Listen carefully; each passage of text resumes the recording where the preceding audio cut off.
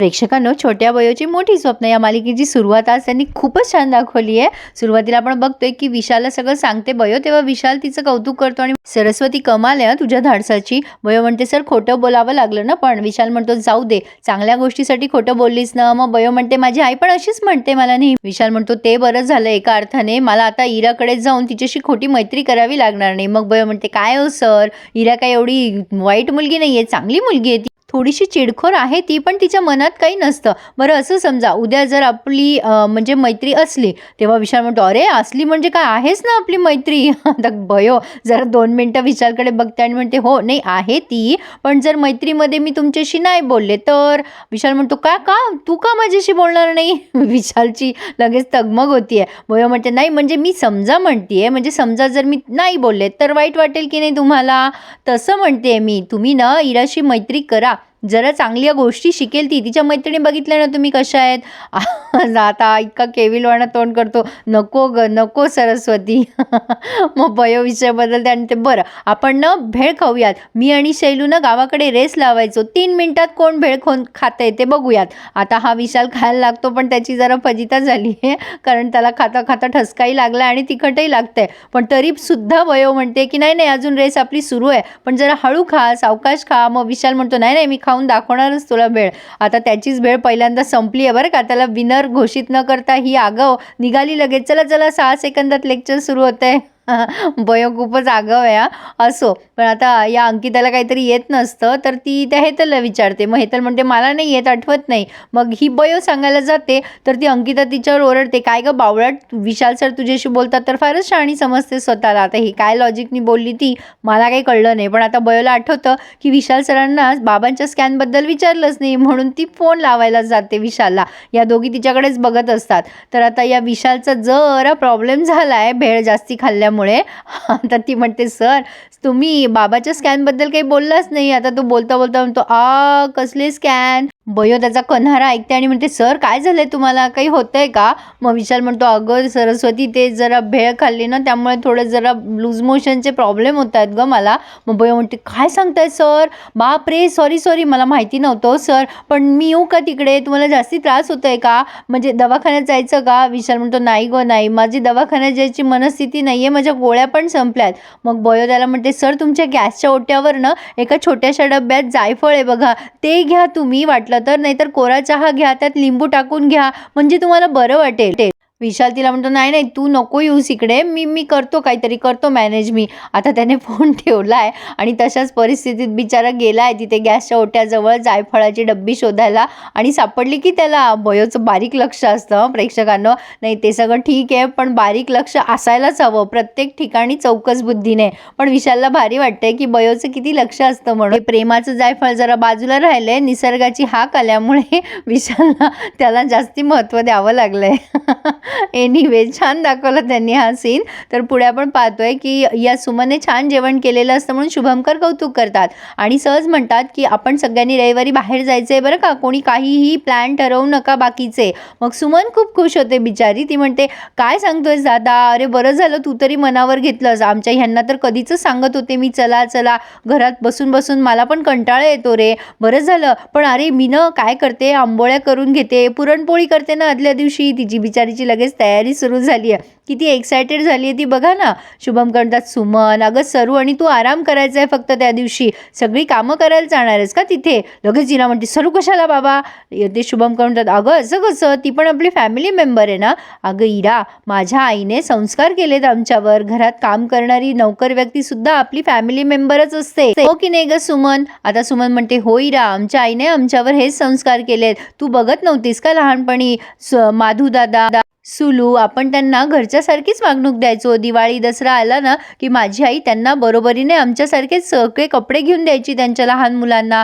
आम्ही त्यांना नेहमीच बरोबरीचा दर्जा दिलाय, त्यांना असं कधी आम्ही कमी लेखलं नाहीये.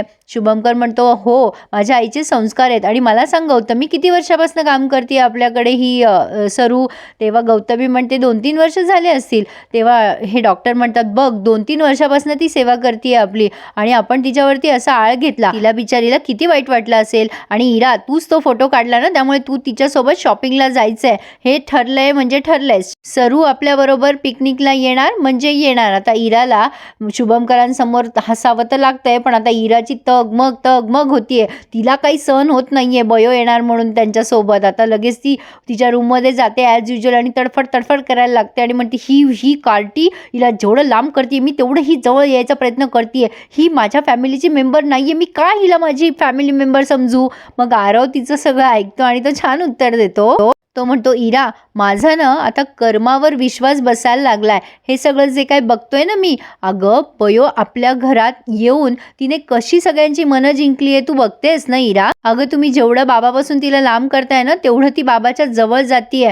बघ विचार कर या गोष्टीचा. तूही जरा रागराग कमी कर बयोचा." पण इरा कशाचा रागराग कमी करते? पण आता प्रेक्षकांनो ही गौतमी आहे ना चांगलीच फसणार आहे बरं का.